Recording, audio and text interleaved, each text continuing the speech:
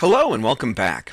I sort of feel like this course is really broken up into three sections of learning. First, we discuss some networking basics and how to leverage the socket and threading module to create a very basic terminal chat room. Next, we built on those ideas and included the tkinter and JSON modules so we could create a full-blown chat application where we sent not just strings through our sockets, but Python objects like dictionaries. In thinking about how I wanted to end this course on sockets and networking, it was very clear that I had to show you how to make a multiplayer game. Talking with your friends over the network is cool, but battling them in a game is essentially epic. So in these next videos, we're going to lay a foundation for the Pygame module, which will help us make a game, and then we'll incorporate everything from sockets, threading, and JSON into our game so we can take the game online. Now, I have a whole course on Pygame, so if you've taken that course, you can probably skip these next few introductory videos, or you can watch them for a quick refresher. And if you're interested in learning more about Pygame and making some really neat 2D sprite-based games, please consider watching that course. Okay, so the first thing that we need to do is actually make sure that Pygame is installed.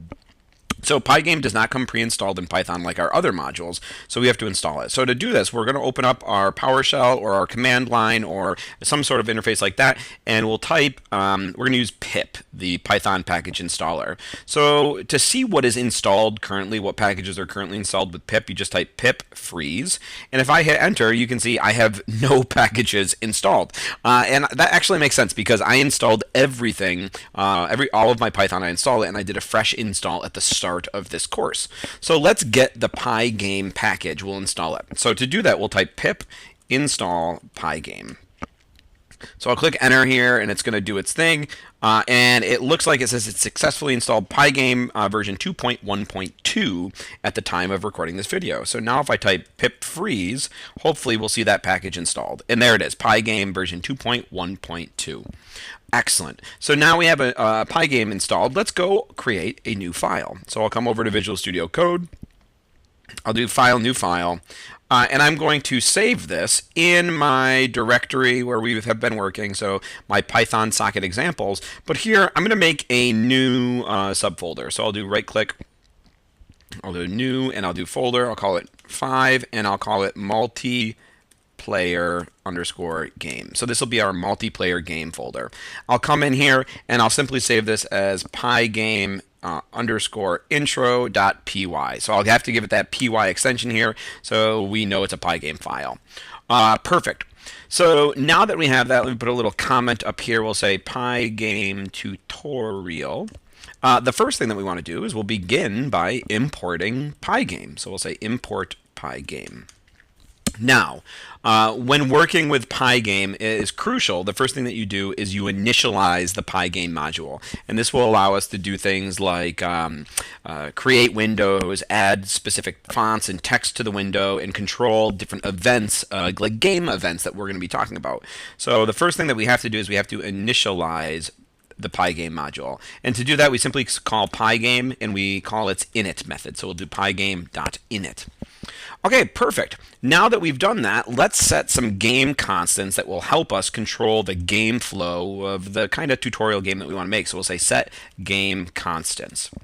So first, we'll set a window width and window height here. So we'll say window width, and I'll set it to be 600, and we'll set window height, and I'll set it to be 600. Arbitrary values for right now. And we'll use these to create our game window. And let's also set a round time constant to be 25. And we'll use this as sort of a variable that will control a timer for how long an individual round of our game should take. Next, let's define some colors that we can use. And here, we're going to use RGB tuples rather than hex codes to define our colors. So I'll define black, and so as a tuple, and the red channel I want 0, and the green channel I want 0, and in the blue channel I want 0. And I'll define white. All right, so white would be in the red channel 255, and the green channel 255, and in the blue channel 255. And then I'll define a color, I'll call it player color. And I'll just pick some arbitrary values. In the red channel, I'll do 125. In the green channel, I'll do 55. And in the blue channel, I'll do 200. So if you look, we got lots of blues and a good amount of red, not a lot of green. So red and blue, this is probably going to be some kind of like purple color. Awesome. So now, here's a really important part. When making games, we typically have something known as a main game loop that will continuously run as the game is being played. And each iteration of the game's of our game's main game loop will do things like check for user input, update our characters, move them across the screen, maybe update and rewrite things to the game window, like what our score is or how many lives we have. And really, depending on the speed of the computer, its processing power, this main game loop could run at different speeds. And we don't want that. We want to control the speed of our main game loop. Well, we can do that by defining a variable. We'll call it FPS, or frames per second. And so I'll choose 30 for this one. So we'll say FPS is equal to 30. And now what we're going to do is we'll use this value, our frames per second variable, in conjunction with a clock object. And essentially what will happen is we're going to create a clock, and at the end of our game loop, we are going to tick our clock or advance our clock using our frames per second. And this will control essentially the speed of our game loop. It's going to delay the next iteration of our game loop until that clock is ticked, and then we'll control how fast our game loop is running. So we have to create one of these clock object. So I'll say clock is equal to, and to do this we call pygame.time.clock. So we're going to create a clock object. Perfect. The last constant I'll create here, or the last variable I'll create, I'm going to create just a font that we'll use in our game. And so to create fonts that we can then render, so we can render text to the screen, we'll define a font we call pygame.font, and I'm going to use a system font, so .sys font. And these are fonts that are typically pre-installed in most computers. And so I've just picked one here. I'm going to use Gabriola.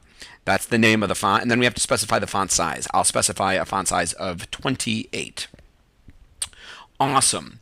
With all of our constants created, what we now should do is actually create a game window that is going to open up for us. And so this is going to be the window, or I'll call it a surface, with which all of our other items are going to be placed. So like our player, our fonts, our text that we render, all of that stuff. So let's call this, we'll put a comment here, we'll say create a game window.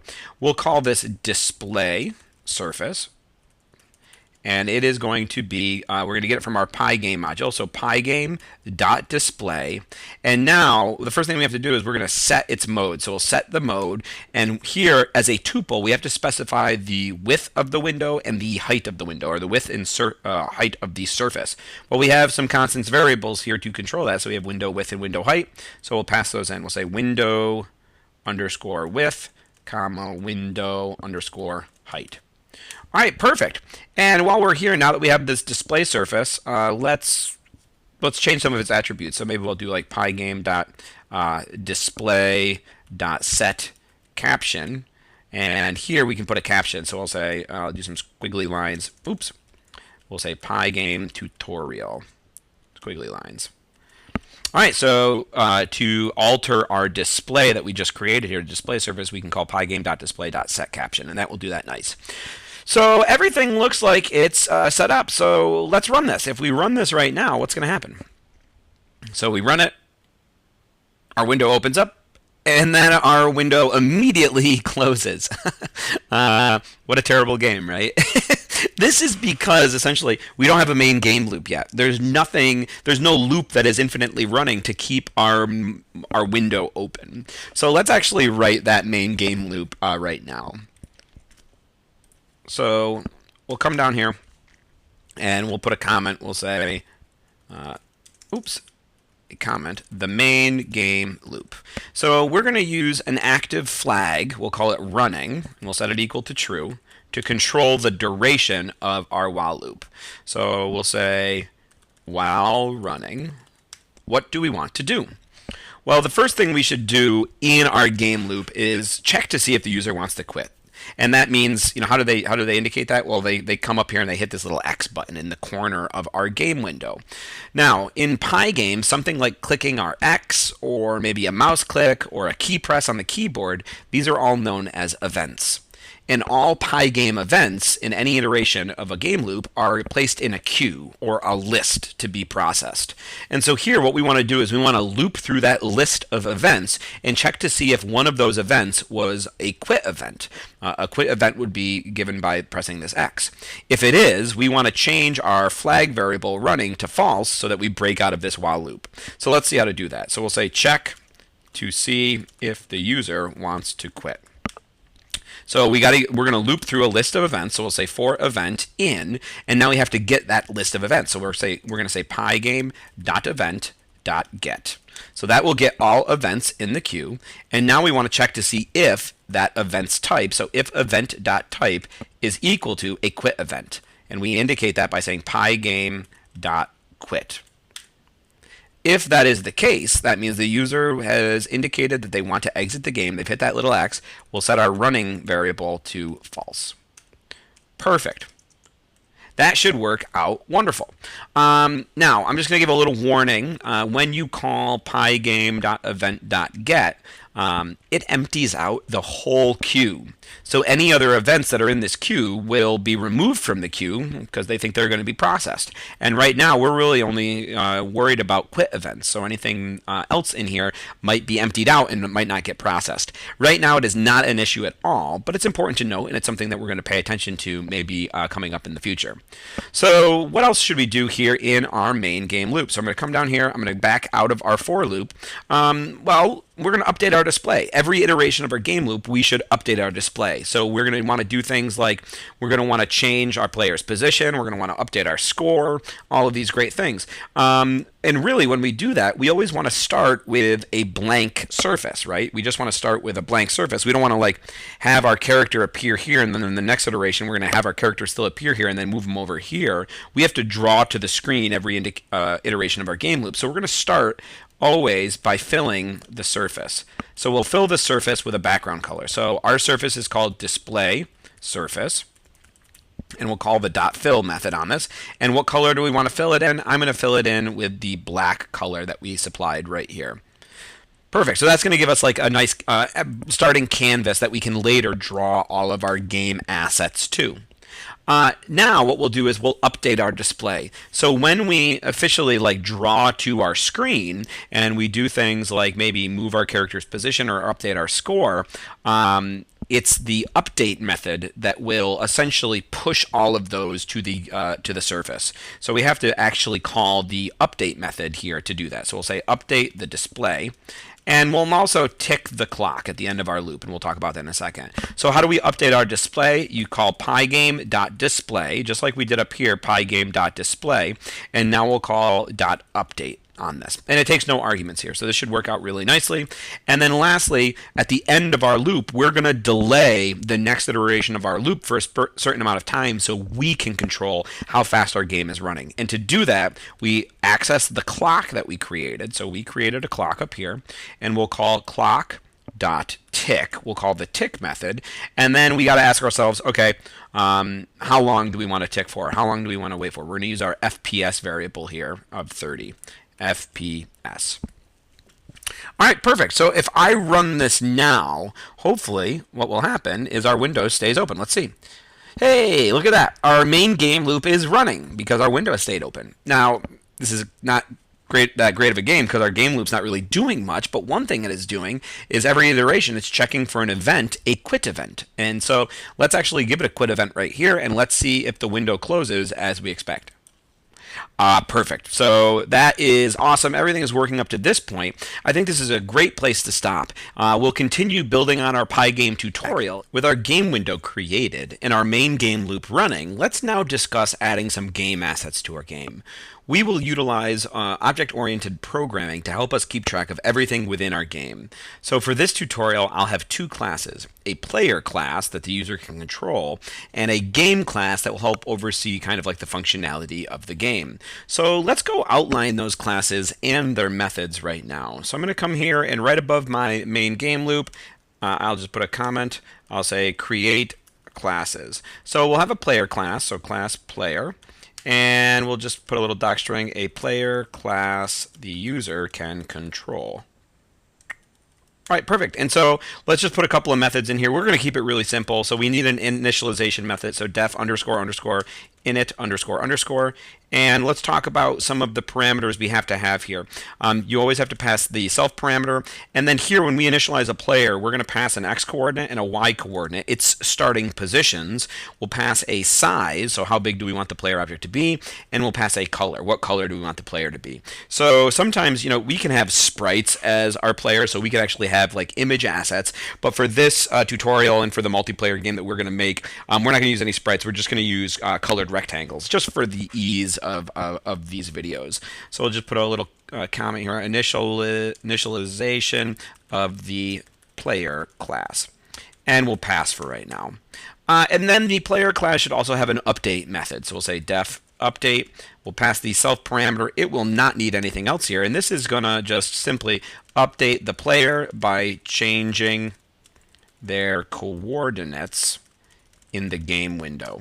So maybe, when a user presses a key and wants to move the player, we got to update the player's x, y coordinates that we initialize right here.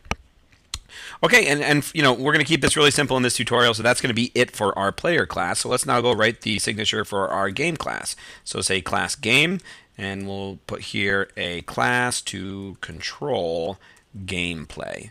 Now, this one will be maybe a little bit more involved, but not too bad. We'll, again, need an initialization method, so we'll say def underscore underscore init underscore underscore.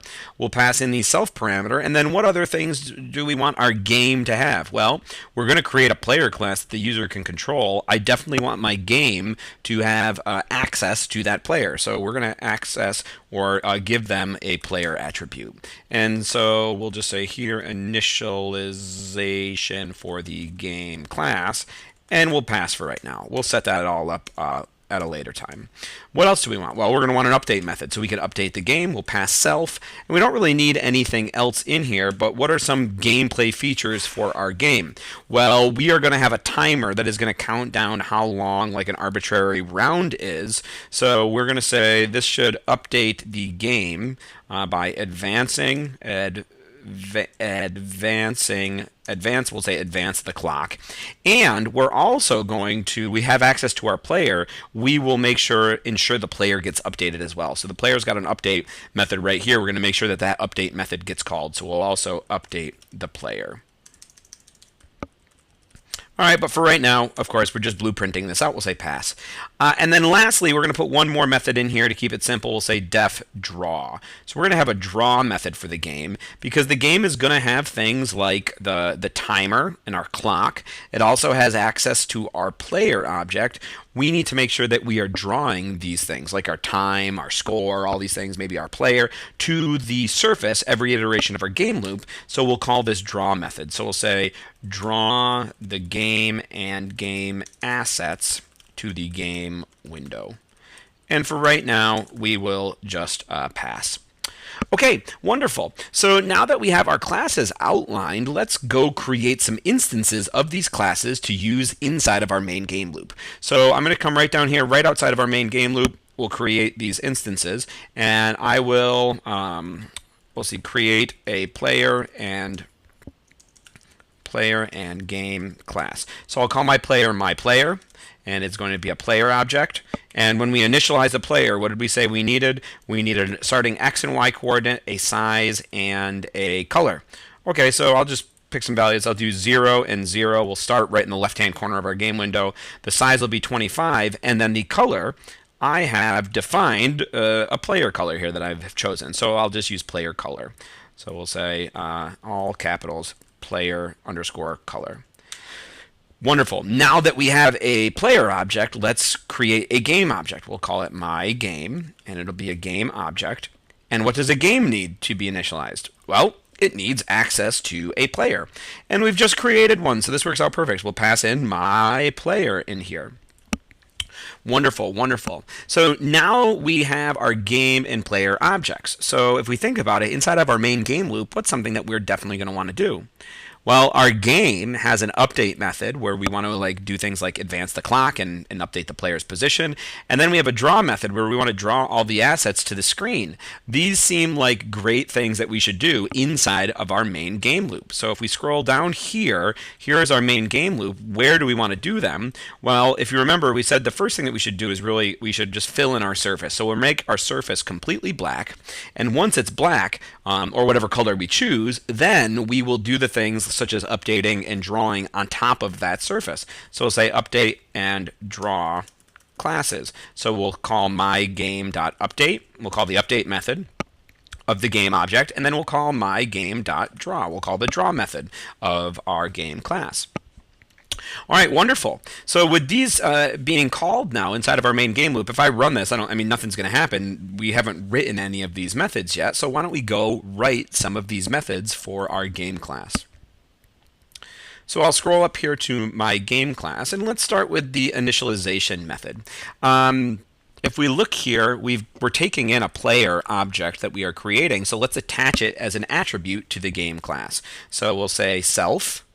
All right, self.player is equal to player. So whatever player we pass in, we're taking that and we are setting it as an attribute to this instance of a game class, and that's what that self keyword means there. Now let's create variables to hold the state of the current game. Okay, so here, if we think we want to hold some variables that are help us with gameplay. In particular, I want a countdown timer. So a game's going to start, I don't know, it'll say like, 60, then 59, then 58, and 57. I can count backwards. And so to do this, we need a couple of different things here, and we'll discuss why in a moment. We're going to have a frame count variable to help us figure out how long a second actually is. And then we're going to use a variable called we'll call round time, and that'll keep track of the actual round time for a given round. So we'll say self.frame count, and we'll initialize this to be a value of 0. We'll just say help determine how long 1 second is, and then we'll do self.round time is equal to whatever, we'll initialize it to its starting value to whatever we set the round time variable to be up here. So I'll say, here we go, round time. And this will be current round time. So it'll count down, right? So it'll start at 25, but then this will go on to be like 24, then 23, then 22. And if we make a new game when it's initialized, we'll always start at 25. Perfect. So let's move on to our update method. Our update method is going to do two things. It will update our countdown timer that we want, and it will update the player. So we'll start with the timer. So we'll say advance the in-game timer. Now, this is important to note. We are calling this update method of our game object every iteration of our main game loop. Now, every iteration of our main game loop will not be 1 second. All right, it's not going to take 1 second for this game loop to run. So what we need to do is, or essentially, what we can't do, we can't change our round time variable right here. I can't say like self.round time if I want to do a countdown. I can't just do minus equals 1. It will go way, way, way too fast. So what we can do is we can use our frames per second variable is going to help us determine that we are going to run 30 loops every 1 second. So we set FPS to be 30. So that means 30 loops of our main game loop will run in 1 second. If I change this to like 60, well, that means 60 loops are going to run in 1 second. So I just have it set to 30. So we can use that fact to help us here. So let's see how. I'm going to get rid of this. We're going to start by advancing our frame count variable every iteration of the game loop. You see we've got a frame count here that's equal to 0. So the first time the loop runs, self.frame_count, we will add 1 to it. So it'll be 1. The next time it'll be 2. The next time it'll be 3. The next time it'll be 4. And when frame count gets to a value of 30, which is what our FPS variable is equal to, we will know 1 second has passed. And when that has happened, now we can change our round time variable.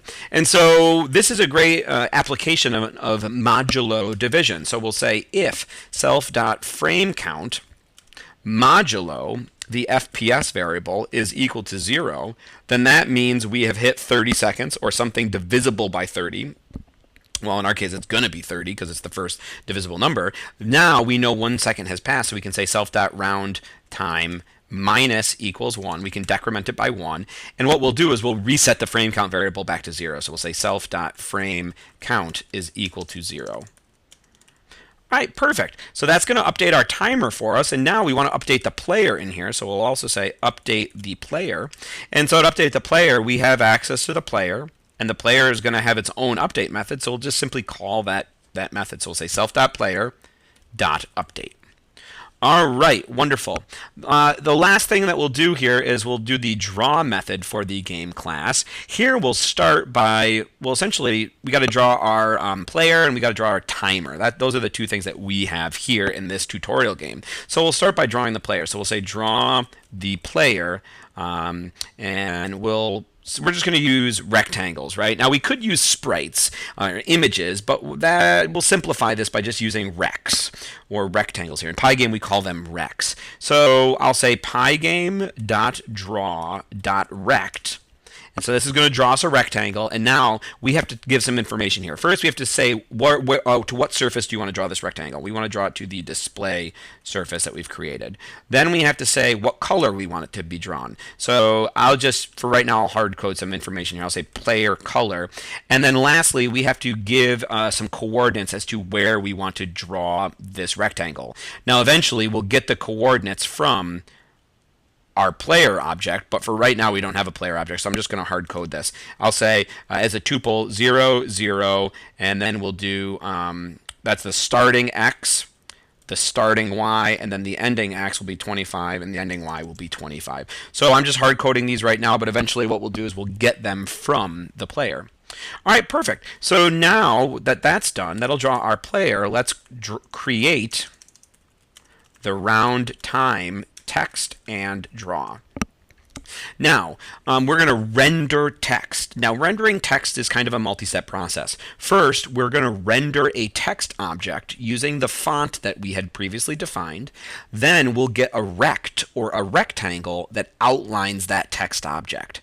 And we can use that rect to position the text exactly where we want it. And once we have that, we will blit or copy both the text object and the text rect. So that will put the text exactly where we want it. So we'll start by saying time text is equal to our font object, which we called font, and we're going to call the render method. And here we'll pass a string. It'll say time, and then we'll do plus. Can I use an f string here? I wonder if I can use an f string. I don't know if we can. We'll try it. So we'll say we'll use an f string. We'll say time, and then we'll do self.round time. So whatever the current time is, that's it stored in our round. Ooh, better change that to round. There we go, round time variable. All right, perfect. Next, we're going to just set a Boolean here to true. I believe that's for anti-aliasing. And then we're going to specify a text color. And so we'll specify white. Now that we've created a text object, we're going to get a rectangle that surrounds that text object. So I'll say time rect is equal to time text dot get underscore rect. So we're going to get the rectangle that surrounds the time text object. Now that I have that rectangle, I can move that rectangle. So I'm going to say time rect dot center. I'm going to position it using the center attribute, and I'm going to center it in the X position right in the middle of our window. So window underscore width divided by 2, and I'll use floor division so I get an integer here. And then the y value, I'll do 15. So the y coordinates, 0 is at the top, and it increases as you go down. So 15 would be like, this is 0. 15 will put us like right here. Now that I have the rect exactly where we want it, what we will do is we will blit or copy our objects to our display surface. So display surface dot blit. And here we have to specify what object do we want to blit or copy, time text, and where do we want to blit or copy it, at the time rect. Okay, I think this is going to work pretty nicely. So our three game methods are done. So if I run this right now, we're going to create a player object, we're going to create our game object, and we're updating the game and drawing the game in every iteration of the game loop. Now, we've hard coded drawing a player. Eventually, we'll get this information from our player object, but let's see what happens. And we have an error. So it says Pygame object has no attribute center. So I spelled center wrong right here. Yep, I spelled it setner. So center. There we go. So I'll change that, and if we run this, this should work out quite nicely. So we get our rect right here. It's that purple color, and you can see our time is updating. So the update method, the draw method of our game object is working great. Next, what we should work on is the player class, so that maybe the player can move when we maybe press a key, and then when our game class updates the player, we will see him move in real time. So that is a great place. So let's now go work on our player class so we can do all the fun stuff within a game, like move our little rectangle throughout the game window. So our player class only has two methods here, our initialization method and our update method. We'll start with the initialization method. If you look, when we initialize a player, we are passing in an x coordinate, a y coordinate, a size, and a color. So why don't we set all of these as attributes of the player class? So we'll say set the player values from past arguments. Okay, so we'll say self.x is equal to x, self.y is equal to y, self.size is equal to size, and self.color is equal to color. Wonderful. I will also initialize some attributes that are going to help us with moving the player whenever I press a key. So we'll say, down here I'll then say initialize other player values. So we're going to call, well, the one called dx, so self.dx, and I'll set it equal to 0. And then we'll have one called self.dy, and I'll set it equal to 0. And these are going to help us determine what direction our player is trying to move in. So if dx is 0, it means the player is not trying to move horizontally, and if dy is 0, the player is not trying to move vertically. But if we say change this to, I don't know, say -1, well, then that means in dx, it means the player is trying to move to the left. If I set it to +1, it would mean the player is trying to move to the right. And so we'll use that coming up momentarily when we're trying to move our player. Let's also set a coordinate attribute, self.coord, I'll call it, which is the actual coordinate of the player. Now, the coordinates are of the form starting x, starting y, ending x, and ending y. So the starting x coordinate for our rectangle, because we're using a rectangle, would be self.x. Our starting y will be self.y. And then what do we want our ending x and ending y to be? Well, I want it to be whatever the size of the rectangle is that I specify. So I'll say self.size and self.size. All right, perfect. So now that that's done, now that we actually have some values here for our player object, why don't we go down to the game's draw method? And if we look, remember we were drawing a rectangle and we were just hard coding some of these things in here. Let's actually write them in reference to the player object that is currently attached to our game object. So if you remember, our game object has an attribute self.player. It is the player that we passed in right here. So we'll use that information on our draw method. So let's get rid of the color, and we'll access our color through self.player.color. And we'll access our coordinates through self.player, so that's the game's player object, and that player object has a coordinate attribute. All right, perfect. So that's a lot better now. So let's come back up here. And now what we have to do is we have to write our player's update method. Now, the update method, this is going to get called every iteration of the main game loop, because in every iteration of the main game loop, we are calling the game's update method, and in the game update method, we'll call the player's update method. Now, inside of here, we essentially want to move the player. So I'm going to press some keys and I want the player to move. So what we'll do is we'll check to see if there are any keys that are pressed. Now, checking to see if a key is pressed is not a game event in Python. Now, doing something when a key is pressed, so the pressing of a key or the releasing of a key, that is an event. But just holding a key down is not an event. And so if we were to look for something to happen when we press a key or when we release a key, those events would get emptied out of the event queue right here. And so we wouldn't be able to process those in our update method for our player class. Thankfully, we don't need an event here. We're just going to check to see, hey, are any any keys being held down? And if they are, what keys are being held down? Oh, is the up key being held down? I guess the player wants to move up. And so we'll see how to do that right here in the player's update method. So the first thing that we're going to do is we'll get a list of all of the keys that are currently being pressed down. So we'll say check to see if a key is being held down. So we'll get a list, we'll call it keys, and the way we get the list of all of the keys that are being pressed down, we'll call Pygame dot key dot get underscore pressed. So this will return a list of all keys that are being pressed down, and each of those keys has a different name, and we'll talk about those momentarily.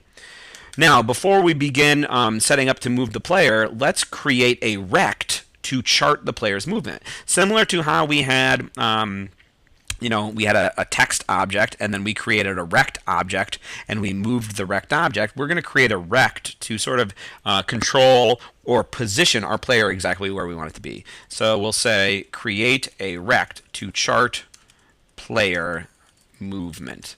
And so we'll call this player rect, and it is going to be pygame.draw.rect. And here, what surface do we want to draw our rectangle to? We'll say display surface. What color do we want it to be? We'll use self.color, the player's color. And what is the coordinate to draw this rectangle? Well, we'll use the player's coordinate, self.coord. Now, this creates a rect, but we're not actually drawing it to the surface here. We're not going to draw it at all. We're not going to worry about that. We're just going to use it to keep track of its current coordinates, its current position. So now we will actually move the player. So we're going to see if the user is pressing a specific key, then we're going to move them, but we're also going to put some boundary conditions on the player, meaning the player is not going to be able to move up past the top of the screen, past the right of the screen, left, or the bottom. So we're going to have to check the player's position or the player's rect to reference that. So let's write like a nice if-else statement here. So we'll say if keys, and inside of here, we're going to look if keys hold pygame.k underscore up. So that means if that list keys has the key up, it means it was being pressed. So we want to move up, but we're also going to check and is the player's rect dot top. So is the top of the player greater than 0? So remember, the top of the screen on the y-coordinate is 0. So if it's greater than 0, if it's like, I don't know, 30, it means it's down here. There's room for it to move up. But if the top of the player is right at 0, or if it's less than 0, then it shouldn't be able to move up anymore. It'll move up off the screen. So as long as those two conditions are true, we'll just pass for right now. We'll fill it in later. Let's do similar situations for the other key presses. So we'll say elif keys, and here we'll do pygame.k down. And player rect.bottom. This time we want to make sure the bottom of the player, remember, as we go down, it gets greater and greater and greater and greater. It has to be less than the window width. All right, so we'll say less than window height. Window width would have been the wrong direction. All right, so it'll go all the way down until, what did we set our window to be, 600? Yeah, we set it to be 600. All right, perfect. So that takes care of the vertical direction. Let's do the horizontal direction. elif keys. We'll do pygame.k underscore left. Ooh, better make sure that's capital. All right, left. And player rect.left is greater than 0. All right, so 0 is over here. If it's moving to the left, we got to make sure it's not past the side of the screen yet. We'll pass, and then we'll do elif keys pygame.k underscore right is being held down, and player underscore rect.right is less than the window width. And that's kind of a similar thing. If it's moving to the right, it's going to increase. We want to make sure it's not going to go past this window. Now, we'll also have an else statement. And what will be the else block? Well, the else block will be, what if the user is not pressing any keys? Well, if the user is not pressing any keys, then we want them to not move at all. And so if we want them to not move, then we'll essentially set our self.dx variable to 0 and our self.dy variable to 0. That will stop our movement. What do we want to do if the user moves up? Well, if they are trying to go up, we don't want them to move in the x direction, so we'll say self.dx is equal to 0.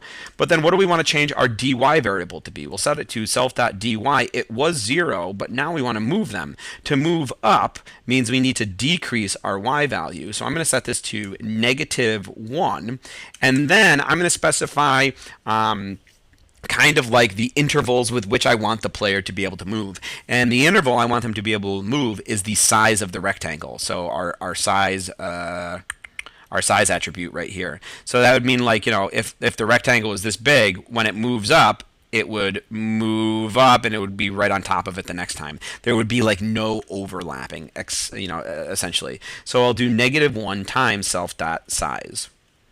All right, let's do a similar thing if we want to move down. Well, if we want to move down, we're not moving in the x direction. And in our y direction, it's going to be +1 times self.size. Of course, you could just write self.size, but I think it helps us see it a little bit better. What about if we move to the left? Well, if we move to the left, then self.dx is going to be a value. To the left, we're going to be -1 times self.size. And our self.dy, we don't want to move. And if we move to the right, it'll be self.dx is equal to +1 times self.size. And our vertical direction movement will be, oops, what just happened there? Our vertical direction movement will be self.dy is going to be equal to 0. Okay, great. So now that we have these sort of changes in our x and y positions, we really need to update the value of our x and y positions. So we'll say update the player's current coordinates. So we'll use self.x. We'll update the x attribute of the player by adding to it whatever self.dx is. So if we were moving to the right, we'd add a positive value of whatever our size is, 25, I think. If we were moving to the left, we would add a -25, so it would move it to the left. And we'll do something similar with self.y plus equals self.dy. And it would be a similar analysis in the vertical direction. With these things changed, we should now update the player's coordinate attribute. So we'll update the player's coordinate attribute by saying, hey, self.coord is now going to equal a tuple, whatever the current x value is, whatever the current y value is. We've kept the size, so self.size is still the same, and we'll keep self.size here. So we'll move them. We'll update the top left corner essentially, and it'll move the rectangle for us. Okay, so I think that's it for this tutorial on kind of like the basics of Pygame. If we run this now, let's see if this all works. All right, so I open up 2 new files, and I'll save them as, we'll call them headers server and headers client. So let's see, we'll open one here. I'll save it, and we'll go to my directory. We'll save it in the multiplayer game, and we'll call it headers_server.py. And I'll open up another one, new file, text file, and save this as headers_client.py. Okay, perfect. So we'll just say an intro to using fixed length headers, and I'll say this is server. We'll copy that, and I'll just paste it over on the other side. I don't know. I always like to put an intro comment, so we'll say client. Okay, perfect. So here, what we're going to do is let's start on our server side, and let's just whip up a really quick, socket connection. So we'll say import socket. We'll create a socket. We'll do server socket is equal to socket.socket. And inside of here, what kind do we want? We want socket.a f_inet and socket.sockstream. There is our, spell stream right, that would be good. So there is our IPv4 and TCP socket. We'll bind it, so we'll say server socket.bind. And at what? So our tuple is going to be socket.getHostByName. And inside of here, we'll pass socket.getHostName. And then we'll put an arbitrary port of 12345. That's our port number we've been working with. And now we'll listen. So server. Oh, did I do socket? I did socket there. Sorry. Server socket dot bind. And now we'll do server socket dot listen. Okay, perfect. Now let's make a couple of messages here that we're going to try to send through our data stream. So say message_1 is equal to hello, we are learning more about sockets. All right, and message 2 will read goodbye. Goodbye. Now we know about headers. So those are going to be our two messages that we are trying to send. So now let's listen for incoming connections and we'll try to send them. So we'll use an infinite while loop here. So we'll say while true. We'll just put a comment, accept connections, and let's accept any connections and we'll get their information and then we'll print some like confirmation to the server. So we'll get the information that comes through when we accept a connection, the client socket and the client address, and that's going to be our server socket.accept. So we'll accept any incoming connection, accept, there we go. Now let's print, we'll just print some confirmation. I'll use an F string here, connected to, and then we'll say client address. I always like to do that. Gives a little bit of just confirmation on the server side. Okay, perfect. So now I'm going to put my little comment here. Let's say let's try to send two messages. So let's try to send message 1 and message 2. These are simply strings, so we don't have to use any JSON. We're just going to encode them and send them along. So we'll grab our client socket that we connected to us, and I'll say client socket.send, and we'll do message underscore 1 dot encode, and we'll just use UTF-8 here. All right, and then we'll do client socket.send. We'll send our second message, message underscore 2 dot encode, and we'll pass an encoder of UTF-8. So just really quick, perfect. So that looks like it's a pretty good server-side script. So I'm going to save this, and let's go look at the client side now. So let's head over to the client, and we'll import socket again. So we'll import socket, and we'll create a socket. We'll do a client socket here. So we'll say client socket is equal to socket.socket. And then socket.af underscore inet for IPv4 and socket.sock underscore stream for TCP protocol. So now we'll connect. So we'll do client socket.connect. And where do we want to connect? Well, we want to connect to our local IP. So socket.get host by name. And in here we'll do socket.get host name. Awesome. And what port number? Port 1, 2, 3, 4, and 5. All right, so now when we connect, we know we're going to receive some messages. So let's receive the messages with an arbitrary max byte size, just like we have done before, except this time, let's use a really small number. Let's use like 8. We know it's going to be way too small and it's not going to work, but let's just do it anyway for learning. So we'll say let's receive 2 messages with a small byte size of 8. Will not work. So we'll do message is equal to client socket dot receive. We'll put a max byte size of 8, and then I'll print the message dot decode, and we'll pass in UTF-8 as the encoder here to decode. And then I'm just going to copy this, and I'll override the variable message. That's fine. So then we'll grab the message again, and we'll print the message. So let's run this, and let's see what happens. We know it's not going to work. So let's run the server. All right, server's running perfectly fine. Let's run the client, and let's see what we get for our messages. Socket has no. Oh, I spelled stream wrong here. My bad. Let me fix that. Sock stream. That's a tough word to spell, I suppose. All right, so let's try it again now. So hopefully now we'll be able to connect. Oh my goodness, I'm moving way too fast. I spelled client socket wrong here. I forgot my E. Let's try third time is the charm. I think that's a phrase. So let's try it again. Perfect. So now if we look at our output. So we have hello, comma, space W, and then ER. That makes no sense to me, but it actually does, because what we're getting is we set our maximum byte size to 8. So that means our packets, the largest packet you can receive through the data stream, is 8 bytes.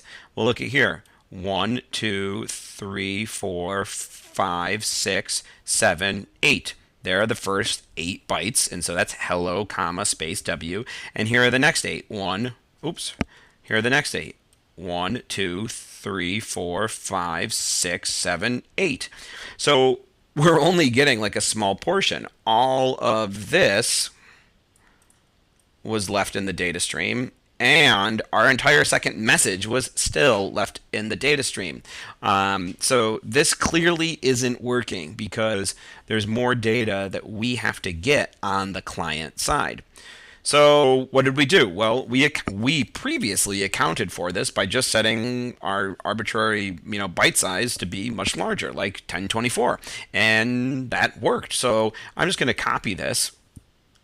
I'll copy this whole thing, and let's just paste it. So we have kind of like an outline of what we're doing, and I'll just kind of I'll use a doc string to do a multi-line comment here, so that this isn't going to run. And let's change our max byte size to 1024. 1024. And so let's receive two messages with a large byte size of 1024. And we'll say, this will work for now. Okay, for now. So let's see. Let's just verify. It's the same thing we've been doing, so it should work. If it doesn't work, I will be sort of startled here. So if we run this now, okay, it says, hello, we are learning more about sockets, and then goodbye, now we know more about headers. Awesome, so this worked excellent. We received each individual message whole, no problems.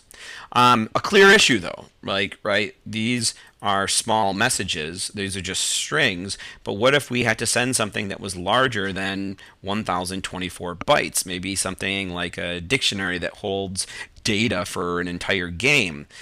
Well, then this would fail just like it failed when we had a max value of 8 bytes. So this really isn't that great yet. There is another issue though. And so let's see what happens if we add some delay time between the client connecting and us receiving the messages. So we're going to add some time variability into our program. And we can do that with the time module. So I'm going to come up here to the top, and where we're importing socket on the client, I'm also going to import time. So now let's see. I'll put a new comment here. Let me multi-line comment this out. Fake multi-line comment, right? I don't think it's an actual multi-line comment. So we'll say, what happens if we add some delay time in between the client connecting and trying to receive messages? All right, so we'll call our time module that we just imported, and we'll call the sleep method, and we'll pass in a 2 here. So that will sleep for 2 seconds. And so now I'm going to just copy this. So we're going to run the exact same code where we'll grab a message and we will print it, and then we'll grab the message again and we'll print it. And then I'm going to put one more print statement. And this print statement will say, why isn't this printing? All right, with a bunch of question marks here and exclamations. So let's run this now when we introduce some time variability into our programs. So we'll run this. We're still just sending our 2 messages over. All right, our server's running. And so now when I run this, we'll run our client. Let's see what happens. So if we look, you might say, okay, well, maybe this worked. Did this work though?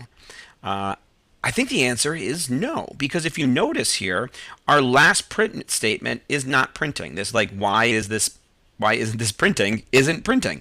And so you might think to yourself, maybe our program is hanging, and it kind of looks like it's hanging right here, and it actually is. Now, do you notice our 2 messages that we received are on the same line here? They were sent to the data stream through our socket as 2 individual messages. Okay, so we sent our first message into the data stream. We sent our second message into the data stream. So they're up there, and they're good size. I'd probably say this is like 42. I think this is 42 characters, and this is maybe like 30 characters. So we'll say it's like 72 characters long, 72 bytes of information. And what's actually happening is when we add the variability of time here, when we call this receive method right here, we're looking into the data stream, and our first message is only like 40 bytes. It's way smaller than our maximum byte size of 1024. Add our second message to it. Now it's only like 70 bytes. It's still smaller than our maximum byte size of 1024. So what's actually happening here is this single call is grabbing everything that it can out of the data stream, and it's putting it all here as like one individual message. And so now we print that message, And when we try to receive something from the data stream again, nothing's there. And so the program is literally just hanging right here, waiting to receive another message. And that message isn't coming in from the server, so nothing else is going to run. So this is really bad. It's like program breaking bad. And it's the types of problems that are really difficult to debug. So we've seen some pretty glaring issues with using just an arbitrary, maximum byte size of like 1024. Let's summarize them down here at the bottom, just for like a learning purposes. Let's head over to our server first. So we'll come over to our server. I'm going to just comment out these two lines because we don't want to just send our messages. We saw how that really didn't work. And instead, we'll put a little comment here. We'll say, send two messages with headers of fixed length 10. So what do we got to do? Well, first, we'll create the header, which will be of fixed size 10.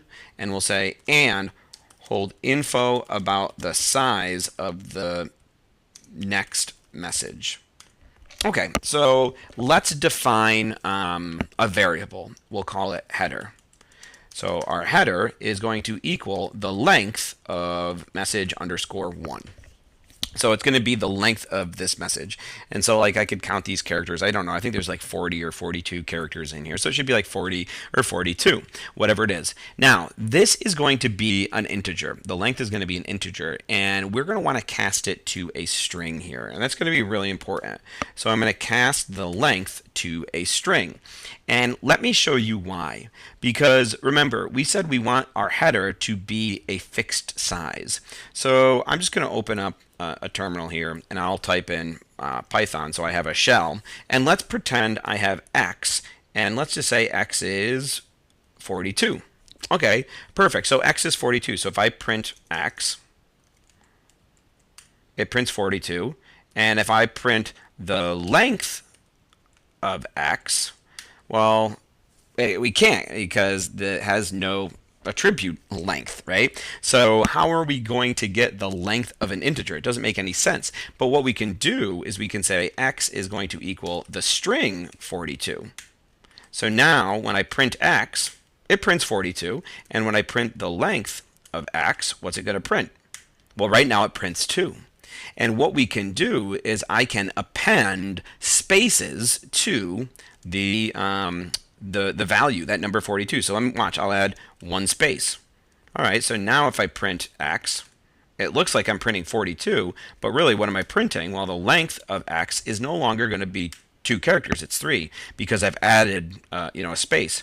So what if I say x is plus is equal to, let's add, so there's 3 characters, here's 4, 5, 6, 7, 8, 9, 10. So I added a bunch of blank space to this. So now when I print the length of x, the length of x is a fixed size. The length of x is 10. So I can send this string representation. If I just print x here, see 42 with a bunch of spaces, I'll send that as my message header of fixed length. And so on the client side, we know we're going to receive something that's only 10 bytes long, so we'll grab this. And if I turn this back into an integer, if I say, hey, x is equal to int of x. Now when I print x, it is an integer, and it is the value 42. And now I can use this as the maximum byte size of my incoming message. So this is going to give us a really nice way to sort of dynamically tell our client and server how much data they should be pulling from the data stream. So let's try to see this in action here. So we've got our header.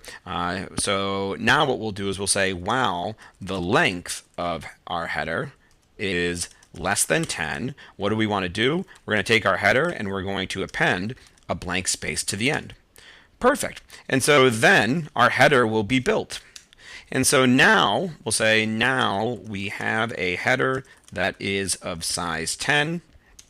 We'll send it. We'll send the header followed by the message. So we'll say client socket.send. And the first thing that we'll send is our header. We have to encode it, .encode, and we'll use UTF-8 here.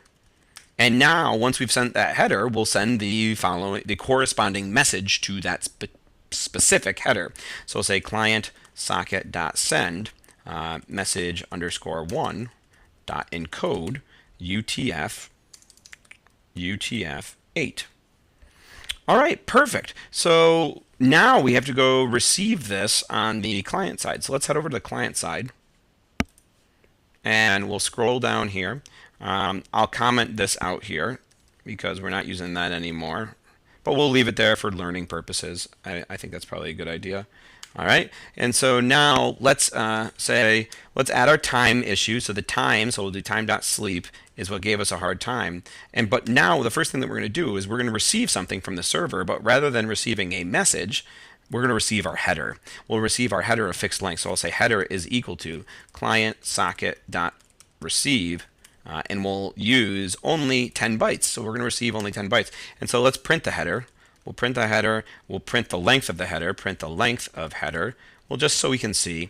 And now what we'll say is, hey, let's get a message now, message from the socket, so client socket.receive.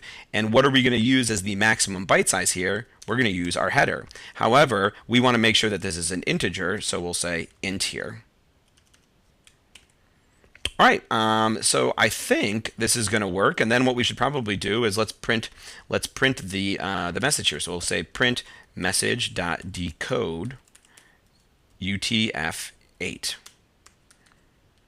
All right, so let's try this. Let's try this right now. So we'll run our server, and let's see what happens.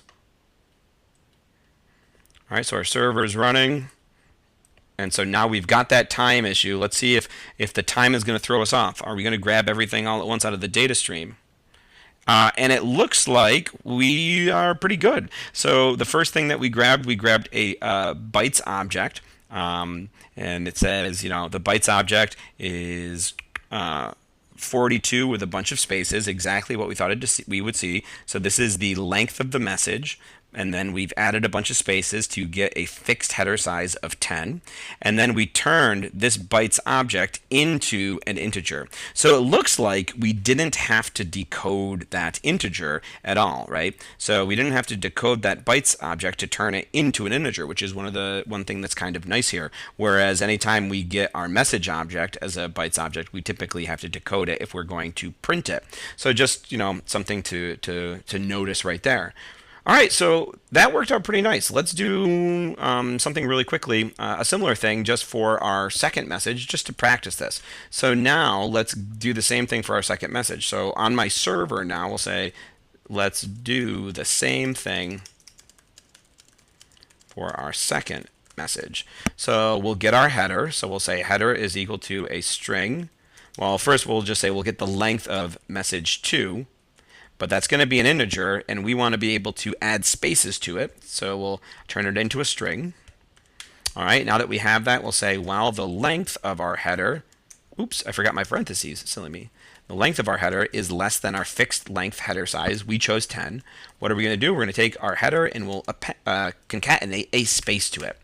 Now we'll have a nice, our header will look something like this. It'll be like the number 32 with 8 spaces here so that it's 10 characters long.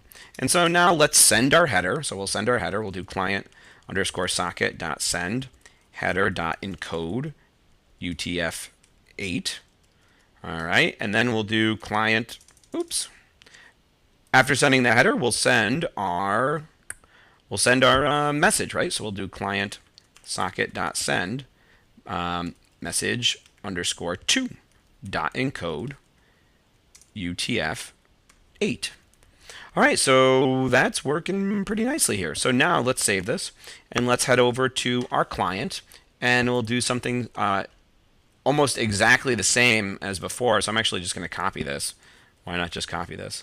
We'll copy it and paste it. So we'll introduce some more time. We'll grab the header, which we know is a fixed length 10. I'm going to print some information about it just so we can see it. Then we'll go on and grab the message, and the maximum byte size will be gotten from the header itself. So we'll get the integer of the header.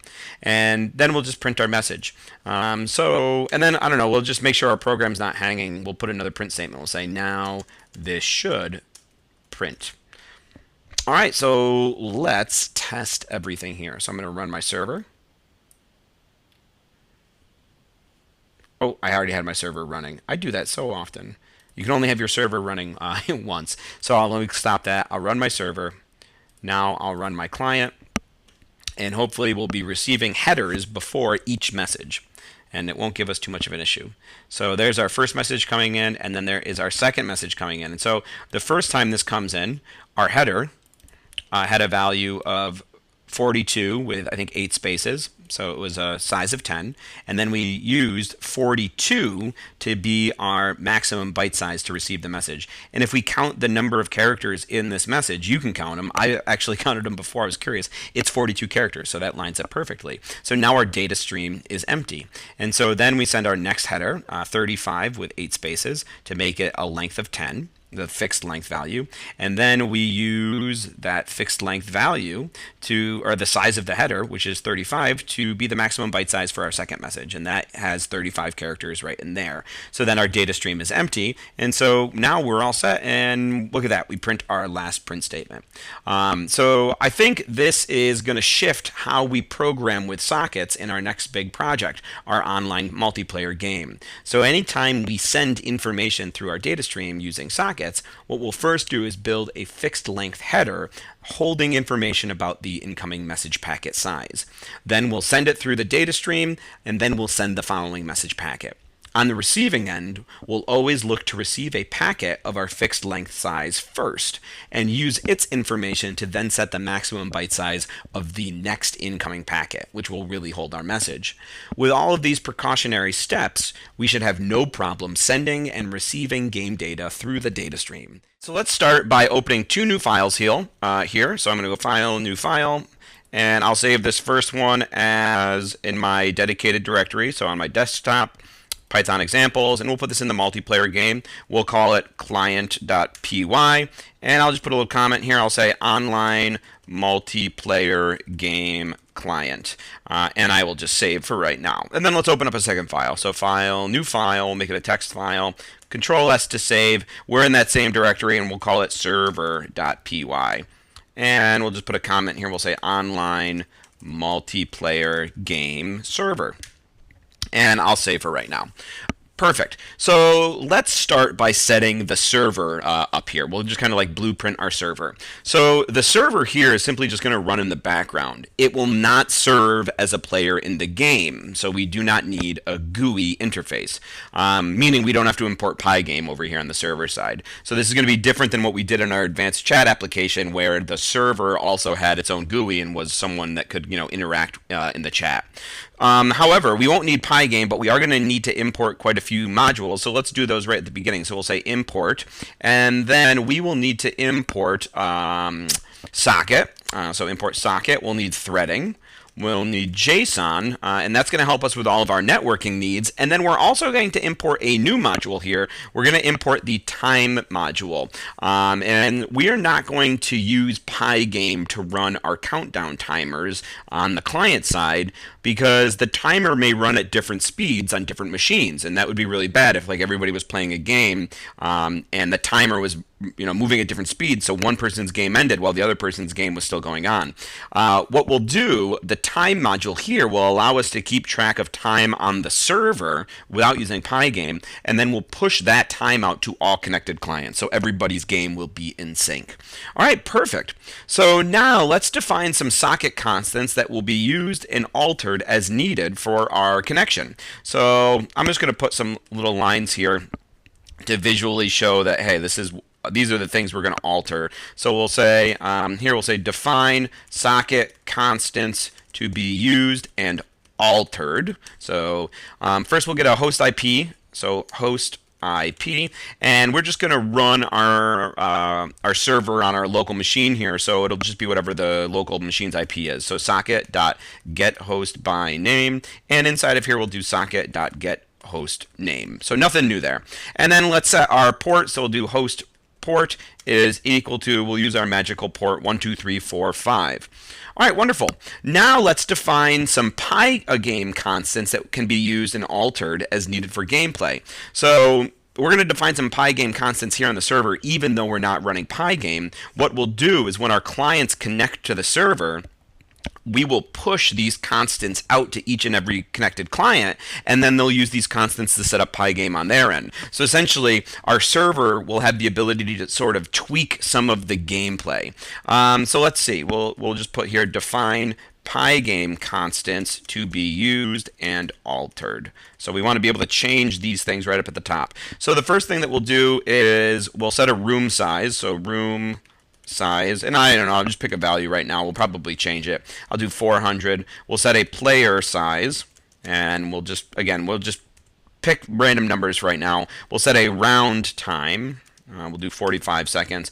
I'll set an FPS so I can control the maximum frames per second, and then we'll set a total number of players that are in the game, and we'll cap that at 4. So now, one important thing here, for the purpose of our gameplay, the room size must be an integer multiple of the player size. And that's just going to be because the way we're going to define our movement, the player is going to move in increments of its own player size. So if they're not integer multiples, what will happen is the player, or a portion of the player, will move off of the screen. And we don't want that to happen. So I'm just going to put a little check in here. We'll say room must be divisible by player size for correct gameplay, and we'll say adjust as needed.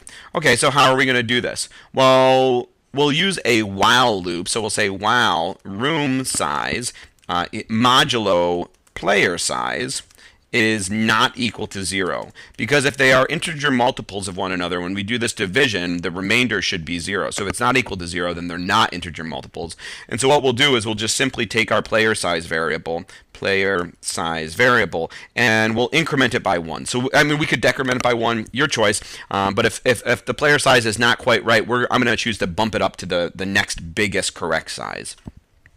All right, perfect. So now let's outline some of the classes that we'll need on our server end. So I'm going to just put another little line here to indicate that this region of space is the only space we should be altering. Perfect. You know what? Maybe we'll put a check for max players, and I'll just say maximum number of players allowed is 4. So we'll just say if total players is greater than 4, let's just set total players equal to 4. That way, I don't know, if anybody makes a mistake here and they make it like 10, it'll cap us at 4 people. So that's the most that we can have in our game. All right, so now we'll go and define some classes. So we'll say, right down here, we'll say define classes. We're going to blueprint them, and then we'll work throughout the whole scope of these videos, kind of filling these in and writing a functionality. So we are going to need a connection class, essentially to hold our socket connection, just like we've done before. So we'll say def connection. All right, so we have a connection object, and we'll put here a socket connection class to be used as a server. So this is going to hold our connection object, and we'll pass it into all of our other objects and methods. So we'll need an initialization, so def underscore underscore init underscore underscore, and we'll pass in the required self parameter. And I'll just say initialization of the connection class. If I don't say it like that, initialization, I tend to not spell it even remotely correct. All right, next, our connection class is going to allow our clients to connect to the server. Every time a client connects, our server should create a new player and then send it back to the client to use. So we're going to need a player class here. So we'll say class player. All right, and we'll say a class to store a connected client's player information. All right, and so let's think about the methods that we will need here. So we'll have to initialize it, and so we'll say def underscore underscore init underscore underscore. We'll take the required self parameter, but we're also going to take in a number, because if you recall, on our server end, we have a number of players that are going to be playing, total players. We could adjust this to be 1, 2, 3, or 4 at most. So we want to keep track of the player number, and so we'll have to put that in here. And so we'll just say initialization of the player class, and we'll pass for right now. what else do we need to do with our player on the server end? Well, we probably should have a way to set some of the player's information. So if you think about it, the player, there's going to be a player on the client side that the client can control. They're going to change some of the attributes of the player, and they're going to send that information over to the server, and we're going to want to set that information to our representation of the player. So we'll do def set player info, and this will take in the self parameter, and then it should take in some player information. So we'll say player info, and that will essentially be a dictionary that we'll use to update our player. So set the player info to the given info from the client. And so what we're really talking about are coordinates and status flags. And we'll talk more about coordinates and status flags and their importance as we move through these videos. But for right now, we will just pass. And I think lastly here on the server end, we're going to want to reset some of the player's statistics on our end. So we'll do a def reset player, and we'll pass in the required self parameter, and we'll just say reset player values for a new round on the server side. And we will pass. All right, I actually think that's it for our player class. So now we're going to need another class, a game class, to handle all of our gameplay. And this is going to be a huge class for us over here on the server side. So we'll say class game, and we'll put a little docstring here, a class to handle all operations of gameplay. All right, so let's think about what this game class is going to have to do. Well, first we're going to have to initialize it. So we'll say def underscore underscore init underscore underscore. We'll pass in the required self parameter, but I'm also going to pass in a connection object. And we're going to need it because the game is going to have to be able to connect to all of the clients that are trying to play the game. So we'll add that in there. And we'll just say, okay, initialization of the game class, and we'll pass for right now. Next, we're going to need to be able to actually connect our players, right? So we got our connection object now. We should be connecting players to the game. So we'll say def connect players, and we'll pass the required self parameter. That's all we need here. And we'll say connect any incoming player to the game. So, right, this is going to be something that's just constantly listening for people that want to join, and will join into the game. Now, as players join, we get multiple players, we might need to want to broadcast something to all players. So we'll say def broadcast, and we'll take in the required self parameter. So far, not too bad. We'll say broadcast information to all players. We're going to want to have a method that is going to help us ready the game, meaning get the game set up for start on an individual client.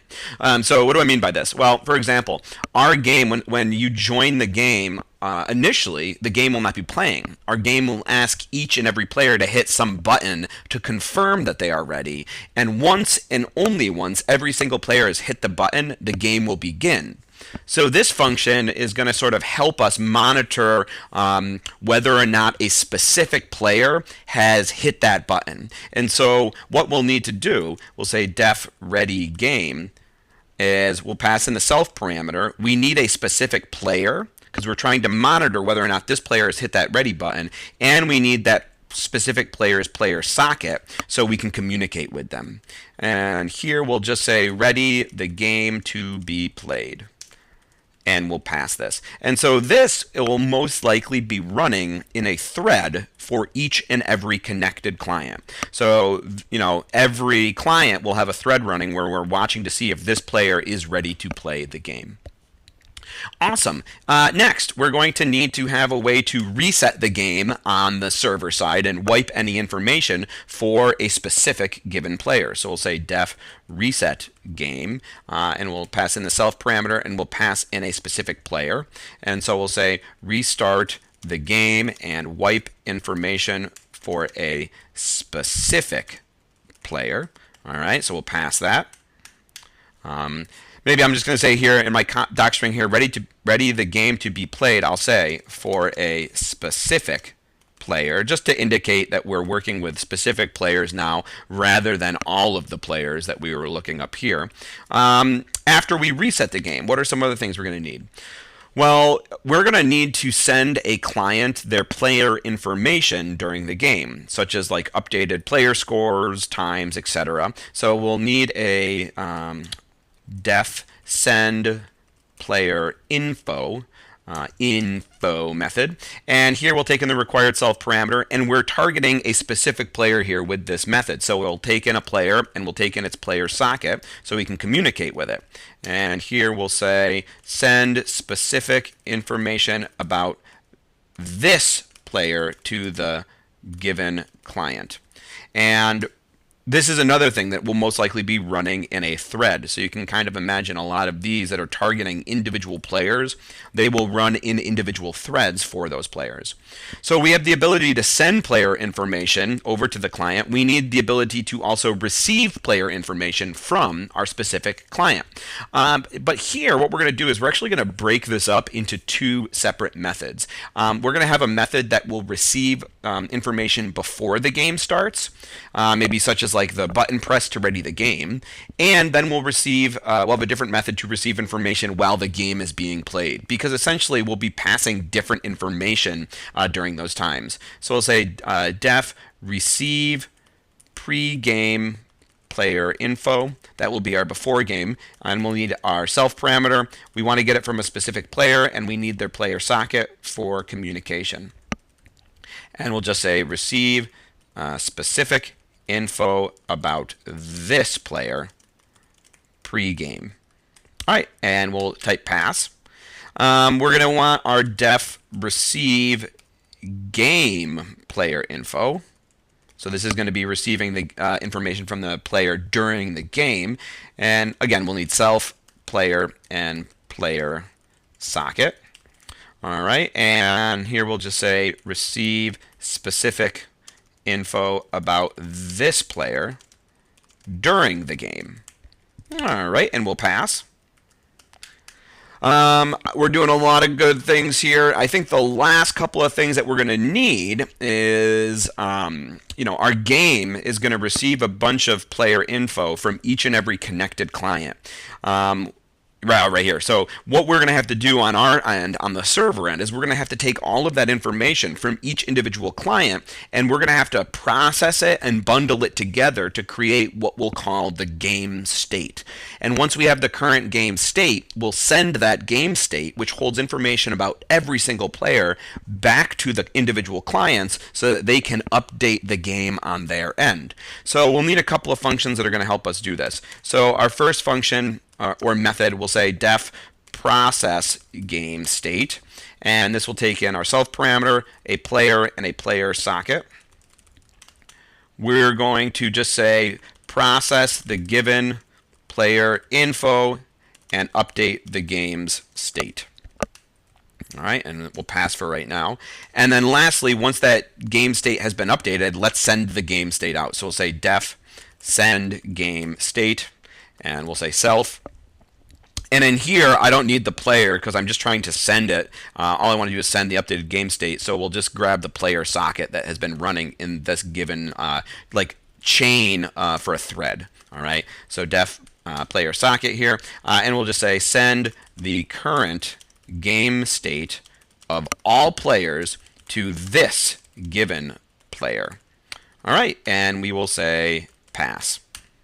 All right, now before we just kind of end here, we'll just say that essentially when we start the game, these functions will be running, and then once people connect and we have them connected and we're trying to play the game, we'll start a thread for each player where these functions sort of get called one after the other inside of an individual thread for a specific player.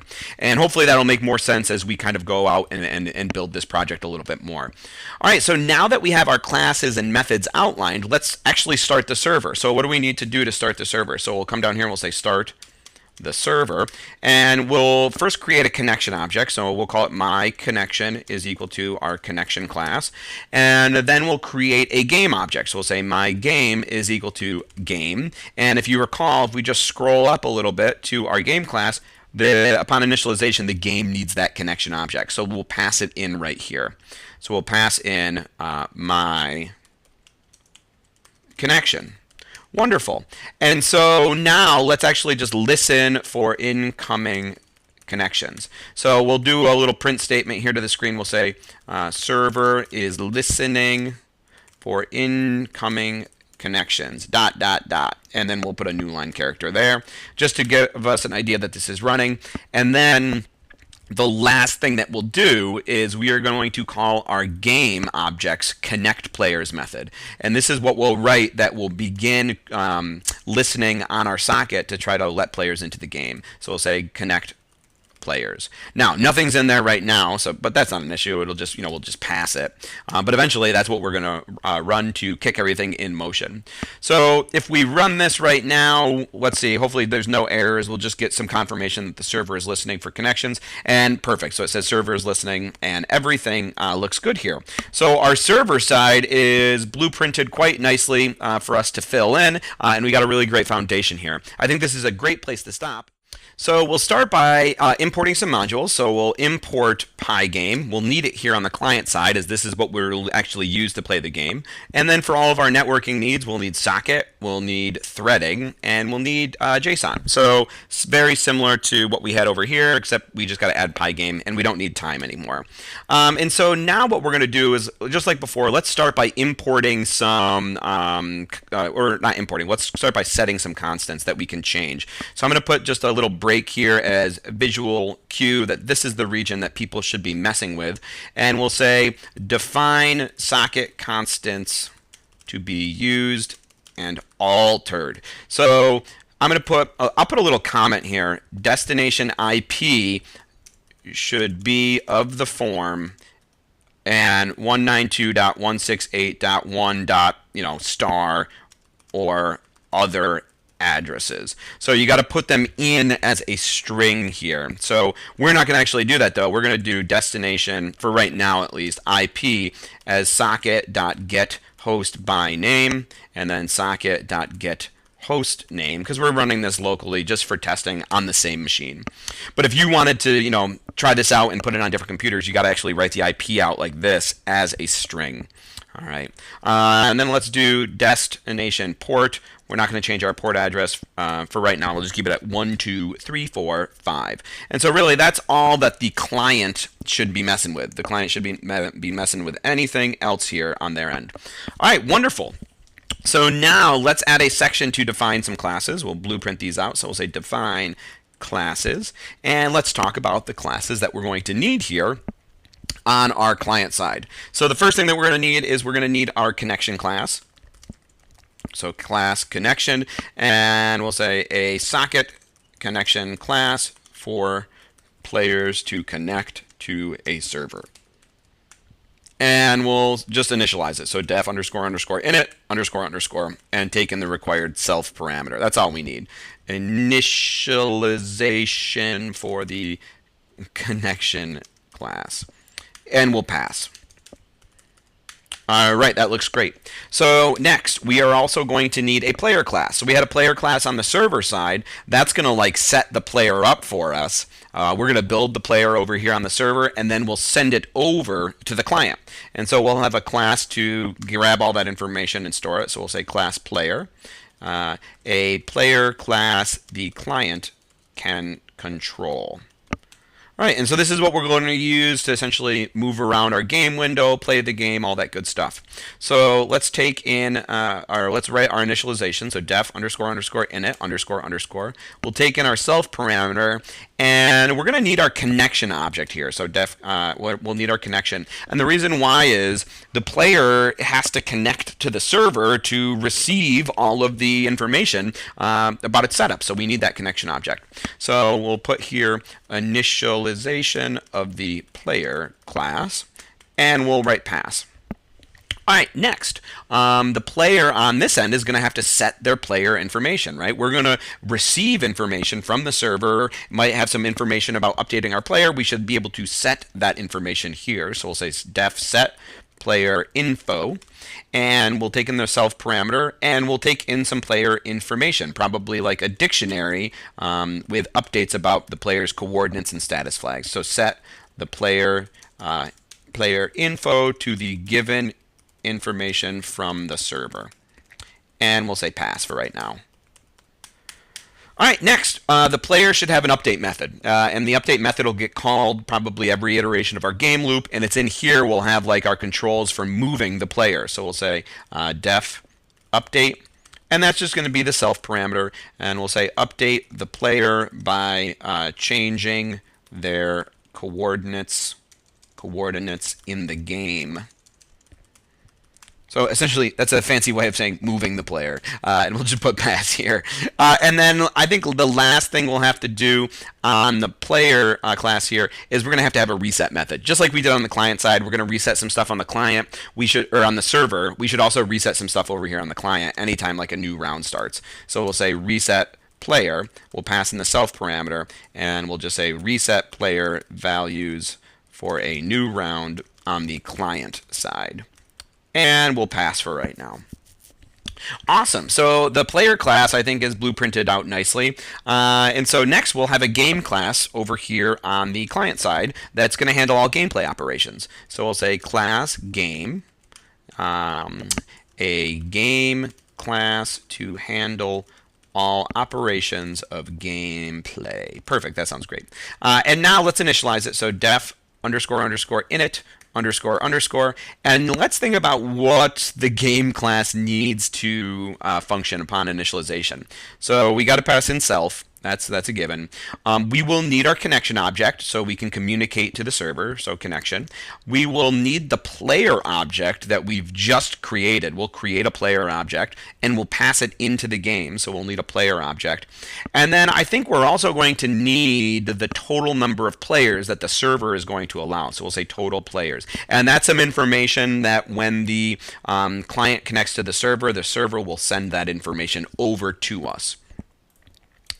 All right, and so we'll just, for right now, we'll just say initialization of the game class, and we'll pass for right now. All right, wonderful. Next, the game should have a ready game method. It's going to need to. We said the server is going to be looking for some confirmation that the player is ready, and so we've got to have a method that's going to do that on our end. So we'll say def ready game. We don't need anything in here other than just ourselves. So we'll say ready the game to be played, and we'll pass. We should have a start game method. So we'll say def start game. All right. Start the game. That one's pretty easy, I think, as a doc string. We'll pass. And then we also should probably have a reset game. So these are going to be like our 3 helper methods that kind of get the game into the correct state, whether or not we're waiting, we're playing, or it's ended. So we'll say def reset game, and that's an easy doc string. Reset the game, and we'll pass. Okay, so now what we'll need to do is we're going to have some methods to send and receive specific information to and from the server, right? We got to be able to communicate with that server, and we'll do it through our game object. So first we'll have a function send player info, and we'll just take the self parameter. We'll build up some information to send specific to our player over to the server here. So we'll say send specific info about this player, about this player to the server. All right, and we'll pass. We're going to have to be able to receive some player information. So we'll say def RECIEVE. It helps if I spell it like that. And we'll take in our self parameter. So we'll say receive player info, and this is going to receive specific info about this player from the server. So remember, the player is going to update on the client side. We're going to send that information over to the server. The server is going to process it and send it back to us, and then we're going to have to receive that information. Perfect. So we'll just say pass right here for right now.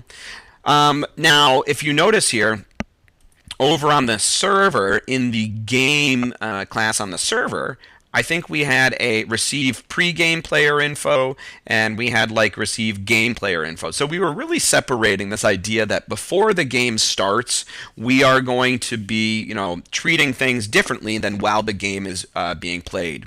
And so we're going to do something similar, I think, over here on our client side. So we're going to have a method called receive pre-game state. So we're going to get game states from the server, and we are going to specifically look on the client side for a pre-game state. So we'll say receive pre-game state, and we'll say receive all information about all players from the server before the game starts. So maybe like whether or not every single player has hit a button to indicate that they are ready to play. Then, once the game starts, we're going to need to get a different type of game state from the server. So we'll have a def receive game state. All right, we'll take in the self parameter. And here we'll say receive all information about all players from the server during the game. And we'll say pass. Excellent, excellent, excellent. Now what we're going to do is if we're going to receive a game state from the server on our end, we should probably like process that game state so we can make appropriate changes on each individual client. So we'll say def process game state. And this will be process the game state to update scores, winning player, and time, etc., etc., etc. So those are the types of things that we have to update when we process an individual game state. Who's currently winning? What are the scores? How much time's left in the round? So we'll pass for right now. Oh, I forgot one. There we go. So we'll pass for right now. And then the last stuff we need here is we'll need some Pygame specific functions to help us out running Pygame, such as the update function and the draw function. So we'll say def update. And the update will just take in itself and say update the game. We'll pass for right here. And then we'll do def draw self. And we'll say draw the game and all game assets to the window. And we'll pass for right now.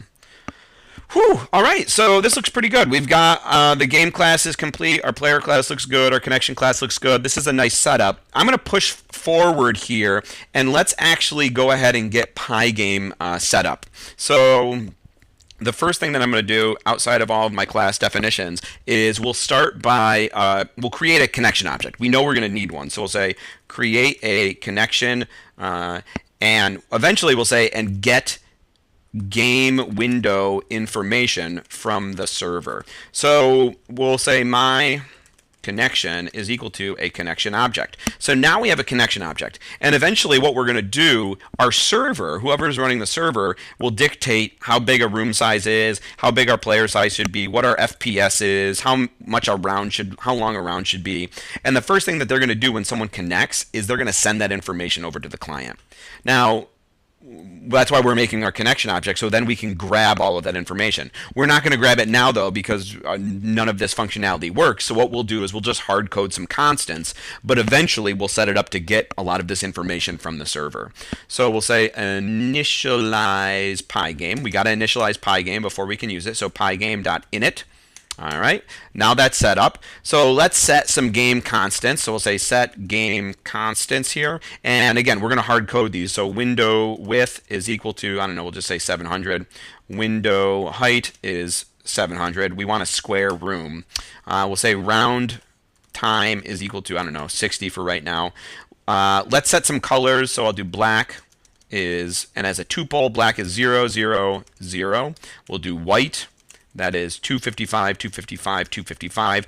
It's full on in red, green, and blue channels. And then I'll do magenta. And I'll do a magenta as 155, 0, and 155. So, a little bit of red and a little bit of blue with no green. Next, we'll set an FPS. So we'll say frames per second is, well, I don't know, we'll just pick 30. And again, a lot of this information we're going to change because eventually we'll get it from the server. Let's also make a clock, so that'll help us set a maximum, game speed. So we'll say clock is pygame.time.clock, a clock object. And remember, it's these two things that are going to ensure how fast I think our game runs on any computer. So if we have a frames per second of 30, it means our main game loop will not be able to run faster than 30 frames per second.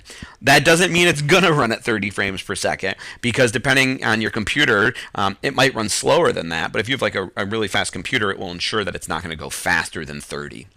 Okay, and let's actually create a font object while we're here that we can use to render some text to the screen. So we'll say font is pygame.font, and I'll use a system font, so sys font, and this is something that should be available on all computers, and we'll use Gabriola, size 28. All right, so with our constants defined, let's now go create a game window. So we'll create a game window, and to do that we'll call our game window, I think we were calling it display underscore surface. It's a display surface, and we'll use pygame.display.set underscore mode.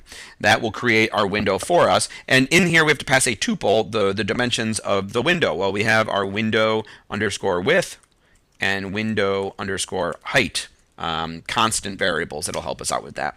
Let's set a caption for this. So we'll say pygame.display.set underscore caption. And in here we'll pass in the name of this game, which I have named squiggly line, color collide. Squiggly line. Because that's essentially what's going to happen in this game. We're going to have a bunch of colored squares that are trying to collide with one another. All right, perfect. Now, what we'll do is we're going to create a player object. We've got the outline for it already made. So we'll say create player and game objects. So we'll say my player is equal to a player object. What does a player object need on initialization? It needs a connection, which we already have. We made one, the my connection. And then let's look at what does the game need. A game needs a connection and a player and then total players. So keep that in mind. If we scroll down here, we'll pass in our my connection. All right, connection object. And then let's make a game. So we'll say my game is equal to a game object. We said we need a connection, so that's my connection. We need a player, that's my player, and then we need a total number of players. Eventually we will get this from the server, but for right now I will just hard code it in as 4. All right, so that setup is pretty much done, which means we can now run the main game loop. All right, so inside of the main game loop, we'll use an active variable to control the loop. So we'll say running is equal to true, and then we'll say while running, what do we want to do? Well, the first thing we'll do is we'll check to see if the user wants to quit. So check to see if the user wants to quit. And to do that, we have that event queue. So we'll say for event in pygame.event.get. So this is going to get all of the current events that are in the queue and empty them into a list, and then we can loop through that list.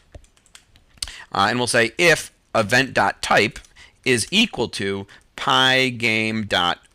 So if it is a quit event, meaning the user has pressed the X button, that will indicate that it is a quit event. What do we want to do? We'll set our Boolean running to false. So it should close out the window for us. All right, so that's the first thing we definitely want to do. Now what we'll do is we'll start by filling our display surface in black. So we'll say here, fill the surface. So display underscore surface dot fill will make it our black color that we had defined. So we'll always start, before we do any drawing, we'll start with a blank black canvas, and then we'll draw on top of that. So to draw on top of it, we'll update and draw our classes. So we'll say my player dot update. We'll update our player. Update. We'll update our game, my game dot update, and then we'll draw my game. So my game dot draw. And so if you notice, I don't have a draw method for the player because I just draw the player inside of the game because it's an asset of the game. That's how I like to do it. So that will ensure that we're starting with a black surface and then we're drawing everything on top of that black surface. If we had reversed it, what we would do is we would draw everything and then just draw a black surface on top of everything, which would be pretty bad. Last thing that we need to do here inside of our main game loop is we'll update the display and tick the clock. So all of these changes that we've made to the display, we have to actually push them forward, and to do that we call pygame.display.update. And then lastly, we will tick our clock. So if you remember, we made a clock object here, clock, and a frames per second variable, and we said that this will ensure the maximum speed with which a game will run. And so we'll come down here and we'll just say clock.tick, and we'll pass in our FPS variable. Okay, so if we run this now, we'll just run the client. Our game window should hopefully open up and we have no errors. Magenta is not defined. We had an error. What did I do wrong? Oh, I forgot an equal sign here on line 109. So I have to say magenta is equal to that tuple value. And so let's run this now. All right, and so this is perfect. Our game window pops open. We got color collide. It looks like it's the right dimensions. This is going to be our blank canvas, essentially where our multiplayer game will be played out. So I think this is a great place to stop here, and I will see you in that next video.